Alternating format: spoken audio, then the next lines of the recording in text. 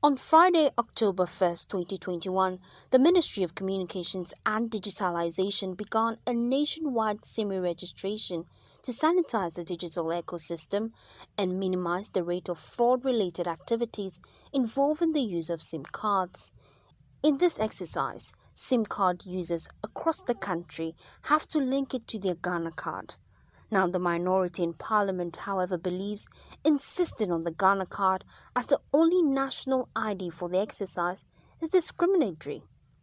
Addressing the media, ranking member on Parliament's Communications Committee, Sam Nate George, described it as an affront to LI 2111 and other relevant legislation governing SIM registration in Ghana. We strongly oppose any abuse of policy to unnecessarily inconvenience the citizens of this country. We find it most inappropriate that the policy directive is issuing a fiat of deactivating SIM cards that are not linked to a Ghana card within the next 6 months. We find this most unacceptable. This, we believe, is a retrospective application of legislation and a tunnel vision approach to sanitizing the industry. And why we say this is a retrospective approach to legislation is, do not forget that Ghanaians registered, almost every Ghanaian today holds a card that was registered in 2011 or since 2011. And they were registered in accordance with law. So if you are now applying LI 2111 retrospectively to affect those people, we believe that that is not the dictate of the law in our country. Member of Parliament for Sagnirigu constituency Alhaji ABA Fuseni also decried the process and urged the Communications Ministry to revise its decision. In his view, the use of the Ghana card will needlessly inconvenience a lot of Ghanaians, especially those in rural areas.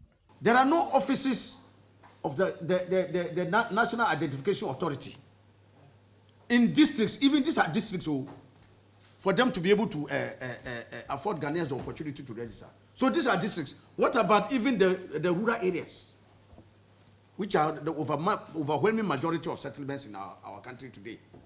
So you see clearly that the infrastructure in the districts and in the rural areas to register our people for this Ghana card is simply not there. Member of Parliament for the Bumprungu constituency Ahmed Bandim also lamented that over the past few years, the National Identification Authority has been consistently insensitive to Ghanaians in the implementation of its policies.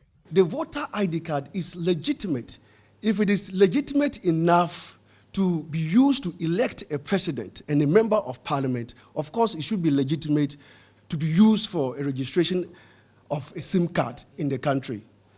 I come from a rural constituency, in the Bumprungu constituency. We have villages, majority of whom don't have the NIA card. And now we are being told that they should be charged 200 Ghana cedis before they can obtain the card. We think it's outrageous. We think that the government has a motive. And NCA, I believe, should be concentrating on improving quality of service in the rural areas and even in the cities than interested in registering SIM cards. The minority is therefore urging the Ministry of Communications and Digitalization to withdraw the threat of deactivation of valid SIM cards by March 2022. It also called for the scrapping of the physical visit to an agent of a service provider for authentication of registration documents. So we offer the following 4 solutions to make the ongoing process more holistic and more effective in fighting SIM-based digital crime. 1, the immediate withdrawal of the threat of deactivation of valid SIM cards by March 2022 by the Minister for Communications and Digitalization. 2, the scrapping of the physical visit to an agent of a service provider for authentication of the registration document.